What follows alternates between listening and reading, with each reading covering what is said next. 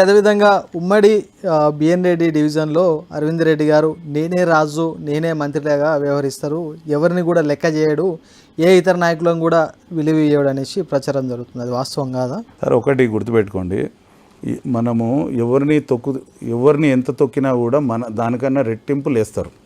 మనం ఎవరినో తొక్కితే అనుకుండే రోజులు కావు ఇవి. కేవలం ప్రేమ అభిమానంతో మాత్రమే మనం ఎవరైనా గెలుచుకోగలుగుతాం. అంతే తప్పితే మనం ఎవరినో తొక్కాలంటే తొక్కగలుగుతామండి, వాళ్ళు ఇంకా రెండింతలు పైకి లేస్తారు.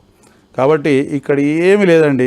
నేను 2016 కార్పొరేటర్ ఓడిపోయినప్పటి నుంచి 2026 వరకు ఈరోజు బిఎన్ రెడ్డి నా డివిజన్లో 10 సంవత్సరాల పాటు ఏకదాటిగా ప్రజాక్షేత్రంలో ఉన్న ఏకైక వ్యక్తి కటికిరెడ్డి అరవింద్ రెడ్డి. ఇది కాదనలేని సత్యం.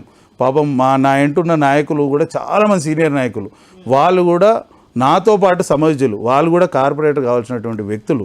అయినా కూడా నా కష్టాన్ని, నా శ్రమను వాళ్ళు గుర్తించి ఈసారి ఖచ్చితంగా అరవింద్ రెడ్డిని చేయాలి. కానీ వాస్తవానికి బీఆర్ఎస్ పార్టీ 10 సంవత్సరాలు అధికారంలో ఉన్న రోజుల్లో అరవింద్ రెడ్డి గారు బిఎన్ రెడ్డి డివిజన్లో ఏ రాజకీయ నాయకుడిని ఎదగనీయకుండా తొక్కలేదా? నేను అదే చెప్తున్నా సార్, తొక్కే అవసరము ఎవ్వరికి లేదు. ఎవరు తొక్కినా కూడా అట్లా తొక్కితే చెప్పు కింద కాలు కింద లేక ఎవరు ఉండే పరిస్థితి ఆ రోజులు కావండి.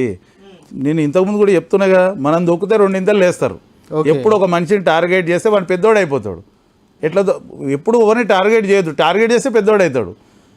అర్థమైందా? ఎవరినైనా సరే మన మంచితనంతో, మన ప్రేమతో మన వెంబడి తిప్పుకోవాలి తప్పితే మనం ఓడినో తొక్కుతేనో టార్గెట్ చేస్తే వాడు మన కింద ఉండడు, ఇంకా పెద్దోడు అవుతాడు.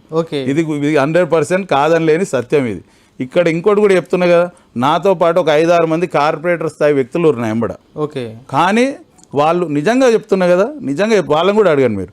నా శ్రమను పొద్దున్న లేస్తే నేను పార్టీకి ఏదైతే విధంగా సర్వీస్ చేస్తున్నానో వాళ్ళు పాపం ఈసారి ఎట్టి బదులు అరవింద్ రెడ్డిని కార్పొరేటర్గా మనం చూడాలి.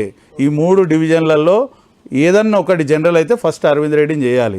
మిగతా అవకాశం వస్తే మాత్రం మా దగ్గర ఆల్రెడీ క్యాండిడేట్స్ కూడా ఉన్నారు, నాతో పాటు సమయుజులు ఉన్నారు. వాళ్ళకు కూడా ఒకవేళ రిజర్వేషన్ జనరల్ వస్తే జనరల్కి ఉన్నారు, బీసీ వస్తే బీసీ అభ్యర్థులు ఉన్నారు, ఎస్సీ వస్తే ఎస్సీ అభ్యర్థులు, అందరికి అవకాశాలు ఉన్నాయండి. ఇప్పుడు అన్ని చోట్ల నేను పోటీ చేయలేను కదా.